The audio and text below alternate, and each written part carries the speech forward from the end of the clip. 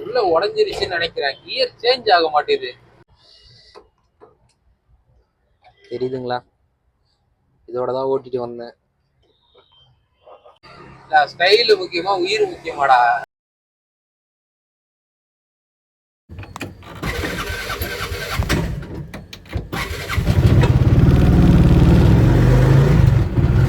Hi, நான் சக்தி. இது டே 3 and இன்னும் 96,000 சம்பாதிக்கணும். சம்பாதிச்சிருவோமா?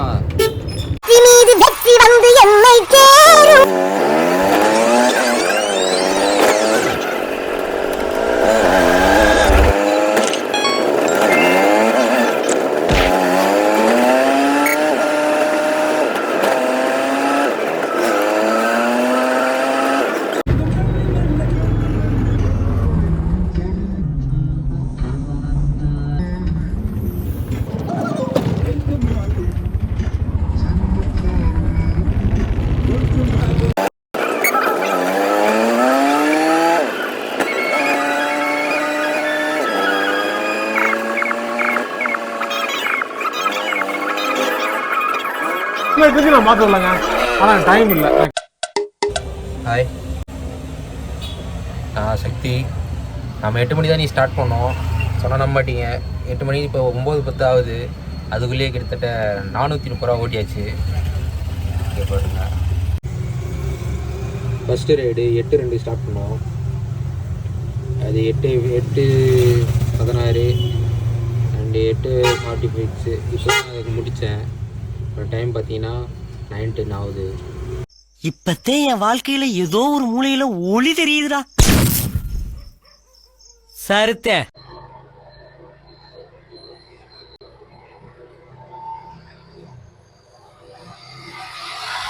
ஹாய், நம்ம எங்க போக போறோம்னா ஆட்டோ சர்வீஸ் சென்டர் போக போறோம்.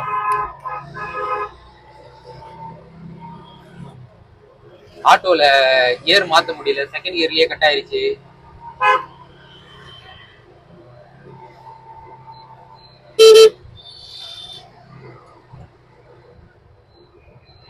செம்ம த்ரில்லிங்கா இருக்க போகுதுன்னு நினைக்கிறேன். கிட்டத்தட்ட 20 கிலோமீட்டர் இருக்காது, ஒரு 15 கிலோமீட்டர் வரும்.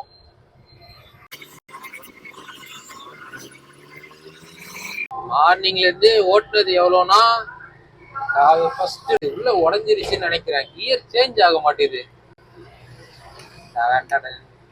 ஆனா நல்ல வேலை. இதுல என்ன பிரச்சனைனா, செகண்ட் கியர்ல தான் கட் ஆயிருக்கு. இதே ஃபர்ஸ்ட் கியரா இருந்தா அவ்வளவுதான், இவ்வளவு ஸ்பீடு கூட போகாது. அப்படியே தள்ளிட்டு போற மாதிரி போயிட்டு நீங்க அப்படியே இதுவாகும், முக்கும். பரவாயில்ல இது கொஞ்சம். ஆனா இது இன்னும் ஒரு அரை மணி நேரத்துக்கு இப்படியே ஓட்டினா இன்ஜின் ரொம்ப ஹீட் ஆகும். We don't have other choice. Friend இருக்கான்னு பார்ப்போம்.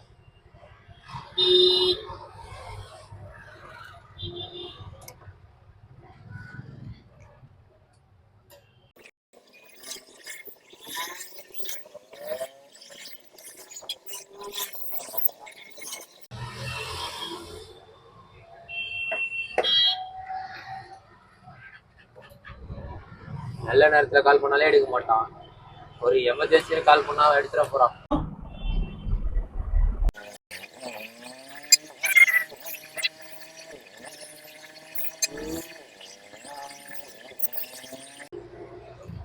சைடு மிரர் இருக்கிறது எவ்வளவு யூஸ்ஃபுல்லா இருக்கு. பின்னாடி யாருன்னா வராங்களா இல்லையன்றத சைடு மிரர் பார்த்துட்டே தெரிஞ்சுக்கலாம். ஆனா என் ஃப்ரெண்ட் ஒருத்தர் இருக்கான், பைக்ல சைட் மிரரே இருக்காது. அவன் கூட ஒரு நாள் போன கடைக்கு, இப்படியா பின்னாடி இப்படி திரும்பி பார்த்து ஓட்டுறான். ஏய் என்னடா பண்ண கேட்டா, பின்னாடி வண்டி வருதான்னு பாக்குறேன்டா. ஏய் அது சைடு மிரர் வச்சுக்கலடா. ஏய் ஸ்டைல் மிரர் வச்சா என் வண்டி ஸ்டைலாவே இல்லடான்றான். கருக்குறி. ஸ்டைலு முக்கியமா உயிர் முக்கியமாடா? அவன் போறது 80 மேலதான்.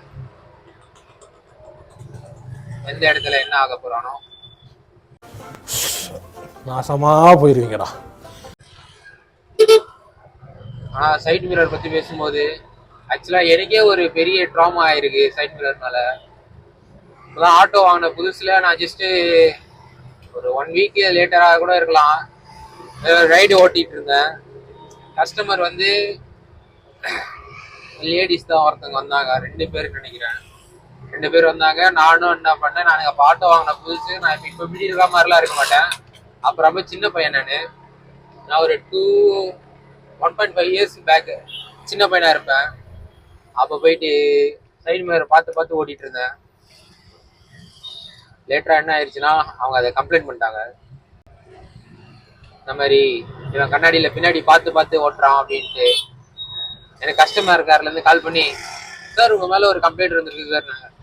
மேம் என்ன மேம் என்ன ஆச்சுன்னு கேட்டா, இந்த மாதிரி நீங்க வந்து கண்ணாடியில பின்னாடி பார்த்து ஓட்டுறீங்களா, அது கஸ்டமருக்கு டிஸ்டர்பன்ஸா இருக்குன்ட்டாங்க. நான் அந்த மாதிரி பண்ணவே இல்லை.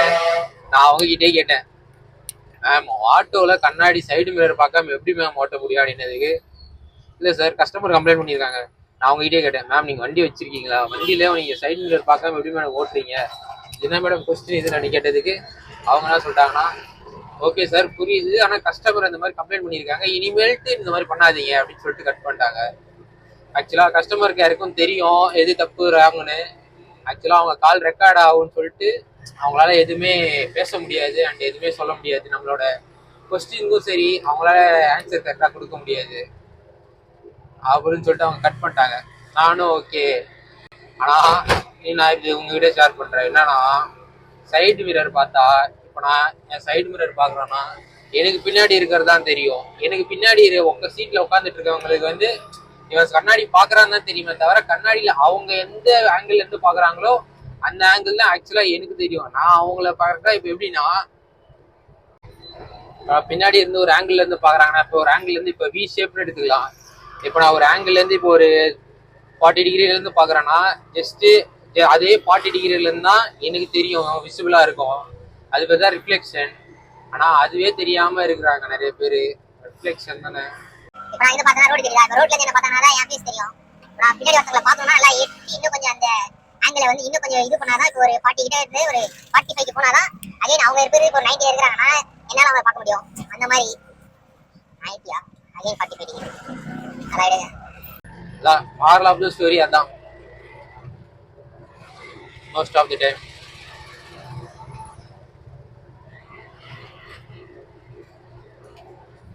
ரொம்ப நர்வஸா இருக்கு. ஆக்சுவலா ரோடே காலியா இருந்தாலும் எல்லாரும் என்ன பார்த்துட்டு போற மாதிரியே இருக்கு. யாரா இவன் தனியா போன்ல வீடியோ எடுத்து பேசிட்டு போயிட்டு இருக்கான்ட்டு பயமா தான் இருக்கு. நல்ல வேலை கியர் கட்டாச்சு, அதனால கொஞ்சம் மேனேஜ் பண்ணி கிட்டத்தட்ட ட்ராவல் பண்ணிட்டு இருக்கோம். இதே கிளச் ஒயர் கட்டா இருந்துச்சுன்னா அவ்வளோதான், நம்மளால ஸ்பீடும் கண்ட்ரோல் பண்ண முடியாது, ஒன்றுமே பண்ண முடியாது. ஆனால் ஆக்சுவலாக நான் இந்த மாதிரி ஒரு சுச்சுவேஷனில் இருந்திருக்கேன். அது ஒரு 1 இயர் முன்னாடி என்னாச்சுன்னா, கரெக்டாக நான் லூகாஸ் ஃபீல்டாகி ஒரு இறங்கிட்டு இருக்கேன். பார்த்தா கிளச் ஒயர் இறந்துருச்சு இறக்குறதுலேயே. அவ்வளோதான். இந்த அம்பி படத்து அன்னியன் படத்தில் இதுலேருந்து கட்டாயி ஒரு போயிட்டு இருக்கோம்ல ஹைவேஸ்ல, அந்த மாதிரி என் நிலைமையும் ஆயிடுச்சு. ஆனால் அது எப்படி சொல்றதுன்னா, ஒரு மில்லி செகண்ட் ஒரு 2 செகண்ட்ல நான் அதை வந்து கேதர் பண்ணிட்டு நான் அதுக்கு ஏற்ற மாதிரி இப்போ கியர் சேஞ்ச் பண்ணிக்கலாம். அதெல்லாம் கியர் சேஞ்ச் பண்ணிக்கலாம். ஆனால் அதை கிளச்சி மட்டும் கண்ட்ரோல் இருக்காதுன்றதுனால நான் அதை வந்து நியூட்ரல் பண்ணி ஒரு ஓரமாக நிறுத்திட்டு ஃப்ரெண்டை வந்து கூப்பிட்டு டோ பண்ணி போயிட்டேன். ஆனால் அந்த மாதிரி ஆயிருந்துச்சுன்னா ரொம்ப இதுவாயிருக்கும். இப்போ நம்ம டப்புன்னு கியர் சேஞ்ச் பண்ணலாம் கிளச் முடிக்காமலேயே. அது பண்ணா இன்ஜின் கொஞ்சம் அடி வாங்கும். ப்ளஸ் சம்டைம்ஸ் இன்ஜின் ஆஃப் ஆயிரும் நடு ரோட்லேயே. அந்த மாதிரி ஆயிருக்கு. அந்த மாதிரி ஆகல, நல்ல வேலை. ஆனால் இவன் என்னன்னா, இப்போ அங்கே போனால் இனி நான் சம்பாரிச்ச காசு சர்வீஸ் சென்டருக்கே போயிருமோன்னு தான் பயமா இருக்கு. நீ நான் கிட்டத்தட்ட இப்போ டைம் பார்த்தீங்கன்னா 11 o'clock ஆகுது. 11 o'clockல நான் இன்னைக்கு 8 மணிக்கு ஆரம்பிச்சேனா, 8 மணிலேருந்து எவ்வளோ ஓட்டியிருக்கேன்னா 280 550 கிட்ட ஓட்டியிருக்கேன். அந்த காசு வந்து இதுல போயிருமோன்னு பயமா இருக்கு. பயமான போயிடும், அவ்வளவுதான். எனக்கு ஆட்டோ ரெடி ஆயிடும். ஆக்சுவலா நான் என்ன மைண்ட் செட்ல போயிட்டு இருக்கேன்னா, ஓகே டைம் 11 o'clock ஆயிடுச்சு, வீட்டுக்கு போய் ரெஸ்ட் எடுத்துடலாம். வீட்டுக்கு போயிட்டு ரெஸ்ட் எடுத்துட்டு ஒரு 1 o'clock வந்து அந்த சவாரி இருக்கு சொல்லியிருக்காங்க, நேற்று போன சவாரியே அந்த பாக்ஸ் கொடுத்து எடுத்துட்டு போய் வைக்கணும். அங்கே போயிட்டோம்னா ஓகே அது ஒரு 500 அது வந்து அடிஷ்னலாக வந்துடும். இப்போ ரெஸ்டிங் டைம் அதில் இது பண்ணிட்டு ஆட் பண்ணிட்டு அப்புறம் நெக்ஸ்ட் அது ஒரு 1 o'clock போனோம்னா அது ஒரு 2 o'clock இல்லை 3 o'clock முடிஞ்சிடும். அந்த 3 o'clock முடிஞ்ச உடனே நம்ம நார்மலாக மறுபடியும் ஆன்லைன் போட்டு ஓட்ட ஆரம்பிச்சிடலாம் ஆட்டோ அப்படின்னு நினச்சி தான் நான் இருந்தேன். கரெக்டாக வீட்டுக்கிட்ட போயிட்டே இருக்கேன். முன்னாடி வந்து ஒரு லாரி நின்றுச்சு. நான் என்ன பண்ணேன், 3rd gearலேருந்து போயிட்டு நிறுத்திட்டு இப்போ வெறும் ஆன் பண்ணும்போது 3rd gearலேருந்து 1st gearக்கு வந்தேன். அந்த மாதிரி பண்ணலாம் ஆட்டோவில். அப்படி பண்ணும்போது தப்புன்னு ஒரு சவுண்டு. என்னடா ஆச்சுன்னு பார்த்தா கட்டு. நான் பயந்துட்டேன். என் நிலைமை எப்படின்னா, சைக்கிள்ல போறவங்களாம் ஓவர்டேக் பண்றாங்க அப்படின்ற மாதிரி இருக்கு. ஓகே, ஓரளவுக்கு நல்லாதான் இருக்கு.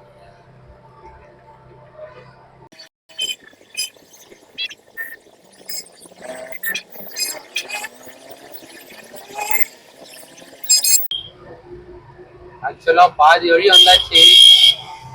இன்னும் பாதி வழி போட்டு போயிட்டேன்னா நான் ஜெயிச்சிட்டேன்.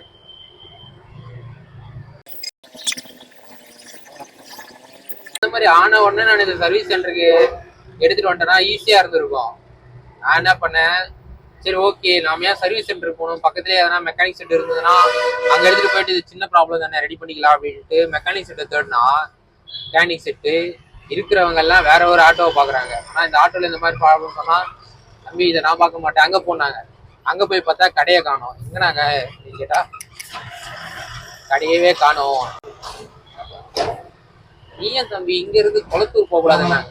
நான் கொளத்தூருக்கு என் மதுரை வாயில் இதுக்கே போயிடுவேன் மெக்கானிக் செட்டுக்கு அப்படின்னு சொல்லிட்டு அப்படியே கிளம்பிட்டாங்க. இருந்து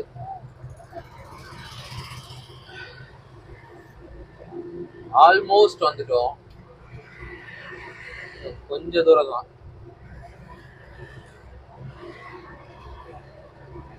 ஆன்ல இருக்கானா மைக்கு ரொம்ப மக்கார் பண்றான். இந்த மாதிரிதான் நான் ஒரு வாட்டி அந்த வீடியோ போஸ்ட் பண்ணல, அது முன்னாடியே ஒரு ரீஷூட் மாதிரி எடுத்ததுல நான் பாட்டு ஆன் பண்ணி வச்சுட்டு என்னென்னமோ பேசிட்டு வரேன். பார்த்தா அது வீடியோ நல்லா கிளாரிட்டியா வந்துட்டு இருந்துச்சு. ஓகே இது நல்லா இருக்கும் அப்படின்னு நினைச்சிட்டு இருந்தா பார்த்தா ஆடியோ ரெக்கார்ட் ஆகல. ஆபரேஷன் சக்சஸ் பேஷன் டெட் அந்த மாதிரி.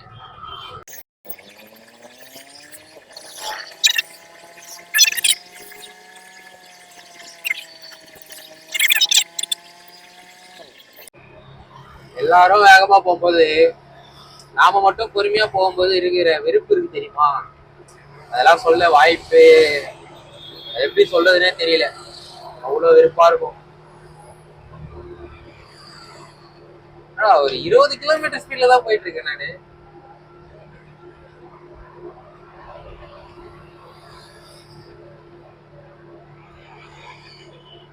வாழ்க்கை இப்படியே போயிடுமா சார்?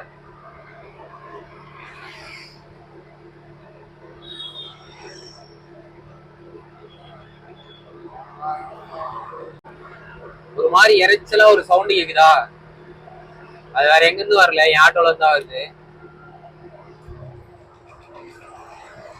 அவன் கியர் சேஞ்ச் பண்ண சொல்லி என்ன சிக்னல் கொடுத்துட்டே இருக்கான். நான் தான் மாத்த மாட்டேன், மாற மாட்டுதுல.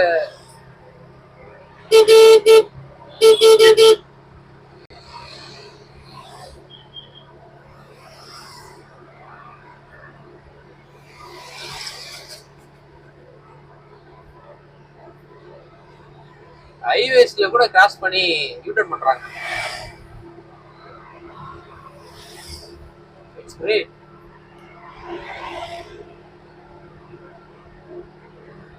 ஹைவேஸ்லயே பார்க்கிங் பண்ணிக்கலாம், நிறைய வசதி இருக்கு ஹைவேஸ்ல.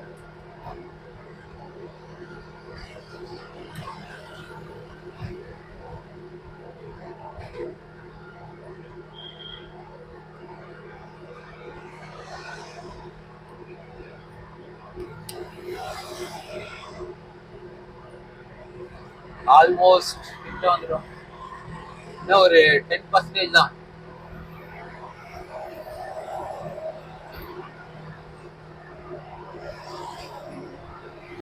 ஆட்டோ வேகமா போகாதுடா.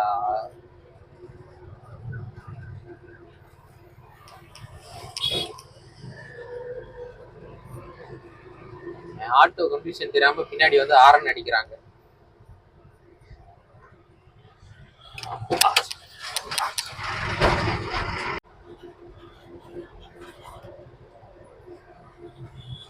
ஓய்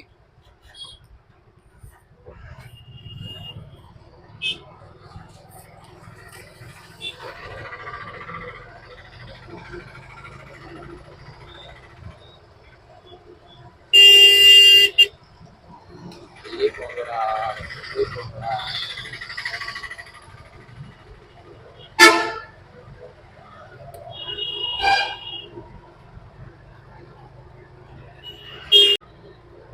நான் ஓரமா போறதுக்கு காரணம் லெஃப்ட் எடுக்க போறேன்றது அர்த்தம் கிடையாது. என்னால வேகமா போக முடியலன்றதுக்கான அர்த்தம். ஆனா என்ன, நான் லெஃப்ட் எடுக்க போறேன்னு சொல்லிட்டு லெஃப்ட் எடுக்க போறியோன்னு நினைச்சு நான் வாழ்க்கடா.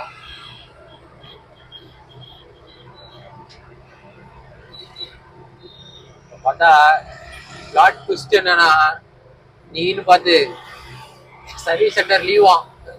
எப்படி இருக்கும் அவ்வளவுதான், முடிச்சு முடிச்சு விட்டீங்க போக. அந்த மாதிரிதான்.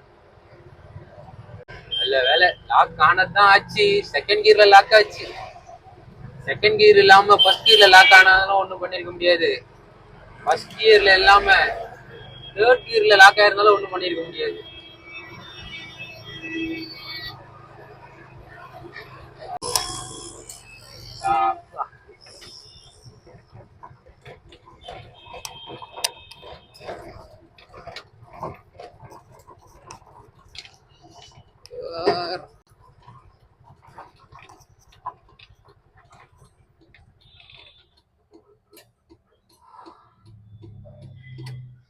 ரொம்ப பெருமையா இருக்கு. எவ்வளவு தூரம் வித்தவுட் சேஞ்சிங் கியர்.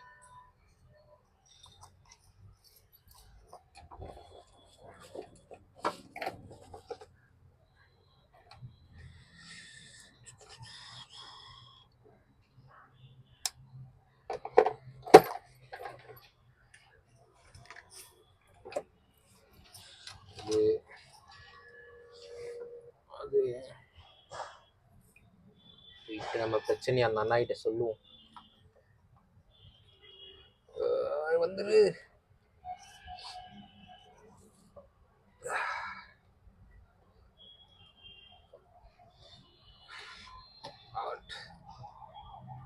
பரவாயில்ல, தாண்டிடுச்சு.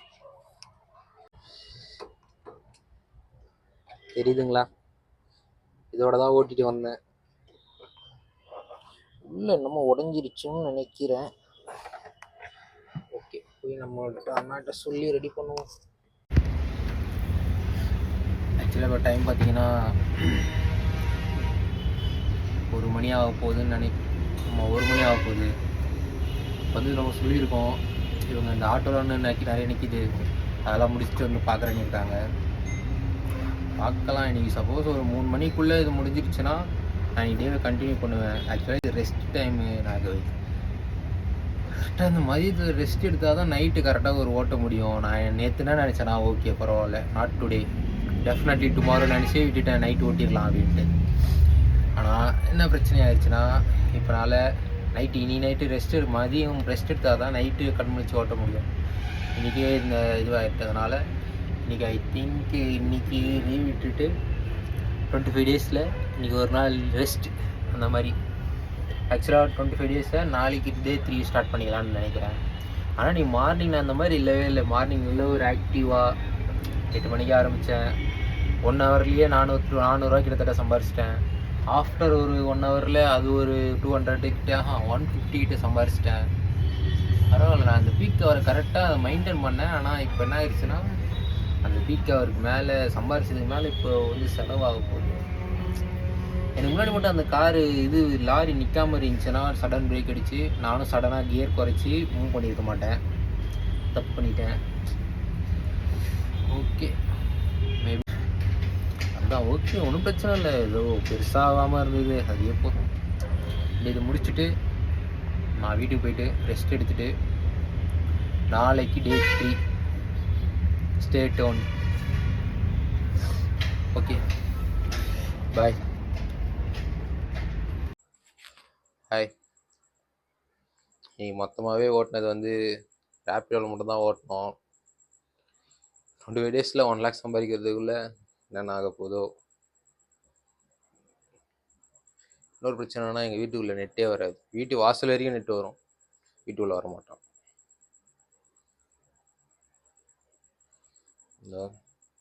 நீ மொத்தமாகவே 1537 ரூபா, அவ்வளோதான். நீனால நம்ம விட்டுறலாம் கைஸ். இன்னைக்கு என்னன்னா, இன்னைக்கு வேண்டாம், 25 டேஸ்லேருந்தே தூக்கிட்டு டே 3 நாளையிலேருந்து ஸ்டார்ட் பண்ணி கரெக்டாக போடுறேன். அண்டு ஆக்சுவலாக நீ தான் டே 3 இருந்திருக்கணும், ஆனால் வேறு வழி கிடையாது. ஸோ அவ்வளோதான். இப்போ போயிட்டுலாம் ஓட்டி அந்த டே 3 கம்ப்ளீட் பண்ண முடியாது. ஸோ நம்ம நாளையிலேருந்து ஸ்டார்ட் பண்ணிடலாம். இன்னைக்கு டே 3 கிடையாது, நாளையிலேருந்து தான் டே 3. ஓகே.